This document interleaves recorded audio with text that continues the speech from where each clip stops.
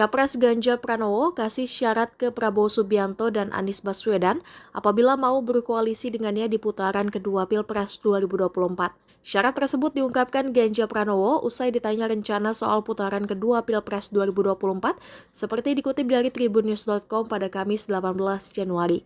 Ganjar menyebut bahwa siapapun pasangan calon atau paslon yang mau bergabung di putaran kedua harus memiliki 3 syarat. Ketiga syarat tersebut, kata Ganjar, yakni satu ide, nilai, dan misi.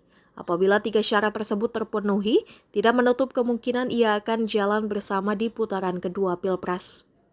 Ganjar buka suara terkait kabar kedekatan kubu Ganjar Mahfud dengan kubu pasangan calon 1 Anies Muhaimin.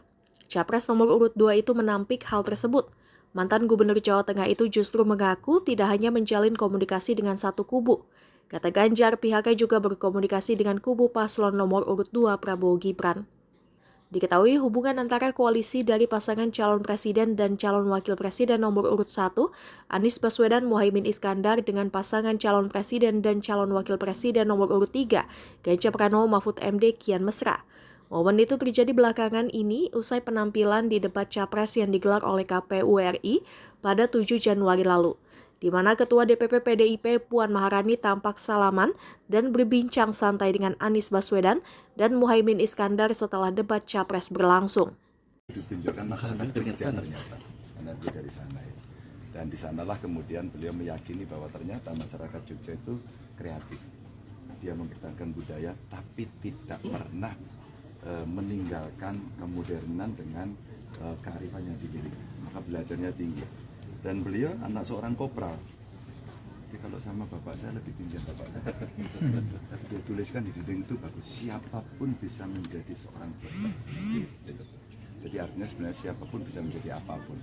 Ini semangat untuk anak-anak muda agar tidak pernah menyerah. Dan saya senang karena di tempat museum ini diberikan buku. Bukunya buku hobi. Sayang ya.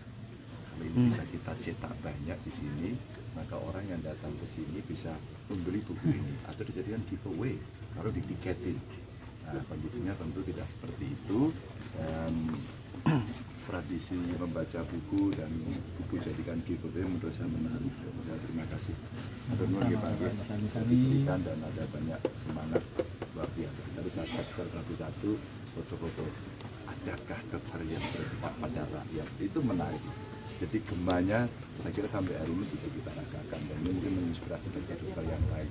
Termasuk pergeseran beliau dalam kesadaran berbangsa dan bernegara menjadi politisi dan terlibat dalam perjuangan kemerdekaan dan tentu saja inilah sejarah yang kita baca dari dokter Haji. Tidak instan ya tadi juga sempat di-mention. Tidak ada instan sama sekali karena ternyata dia kerjaan awalnya nganter keluarga Dokter Wahidi, putranya ya, dan setiap putranya sekolah, dia itu tidak langsung pulang tapi mendengarkan dari luar. Dan cara belajar seperti itu. Ini anak yang penuh semangat ingin belajar dengan segala cara, berproses, prihatin, laku gitu. Mas, ini kan kemarin setelah yang lain nggak ada pengen tanya ini terus. Kamu mewakili, kayak caleg loh ya. Mewakili suara rakyat, Mas, kan kemarin Mas Ara keluar dari PDI Perjuangan diikuti dengan 150 kader. Nah itu Mas Ganjar melihatnya gimana? Ini kan makin dekat, kurang dari 1 bulan begitu, tapi malah ada kader-kader dari PDI Perjuangan yang keluar. Ya, saya kira sebagai sebuah pilihan politik saya selalu menghormati karena itu hak individu ya. Tapi memang saya bersahabat sama Mas Ara ya lama. Pasti ada sesuatu. Nah, sesuatu yang tahu hanya Mas Ara sendiri. Pada sebuah video yang saya lihat kalau tidak salah di UI atau di mana ya, dia sampaikan kita menjadi orang-orang yang punya sikap dan ideologi, maka mengambil sikap dan ideologi itu akan diganggu oleh banyak godaan. Ada godaan ideologis, ada godaan pragmatis ya, dan itu menunjukkan sikap dari masing-masing politisi. Dan hari ini Mas Ara sedang menunjukkan sikapnya. Saya kira referensi yang dia sampaikan perlu juga untuk kita dengarkan. Maka ketika orang bersikap atas dasar apa kalian berpindah posisi? Ideologiskah? Pragmatiskah? Materialkah? Hanya Mas Ara yang tahu. tapi saya menghormati. Kalau yang 150 kader itu Mas, Kalau 150 itu saya kira itu binaannya Mas Ara, karena dia dulu ketua TMP, Taruna Merah Putih, dan sekarang ketua Taman Merah Putihnya Mas Endi. Mungkin beliau loyalis itu biasa. Kalau PDI Perjuangan itu hilang satu tumbuh 1000, karena kaderisasi berjalan dengan baik. Jadi saya selalu hormat, tapi kita juga melakukan refleksi diri di internal PDI Perjuangan yang mudah-mudahan kader-kader yang militan yang baik juga mendapatkan perhatian. Mas, soal APK di Jakarta Selatan ini kan banyak tuh APK itu sampai pengendara motor pakai nenek ini tempat bendera yang yang jatuh ya. Iya. Saya setuju kalau dibersihkan tuh. Dibersihkan, diatur, dibatasi, kasih tempat. Maka tidak semua nempel di tempat-tempat yang mungkin secara pemandangan estetika tidak bagus dan ternyata kejadian kecelakaan. Dibersihkan menurut saya nggak apa-apa. Jadi dibersihkan saya dukung. Tapi kasih aja ruang untuk menempelkan partisipan politik atau partai-partai itu, bisa sediakan ya tempatnya di sini. Maka orang akan melihat dengan enak, dengan bagus. Tidak berambah dan kotor gitu. Dan itu kalau ambruk, ada yang mentulin loh itu. Talinya saya lihat rafia, ada yang biselotif, ada kawat, jorok. Yuk kita semua yang punya atribut pasangan kita perbaiki. Saya juga kemarin saya sampaikan ke pendukung Ganjar Mahfud, perbaiki dong, taruh tempat baik dong gitu. Ini tidak mudah, tapi harus kita lakukan. Ya. Mas, persiapan kampanye Akbar, Mas?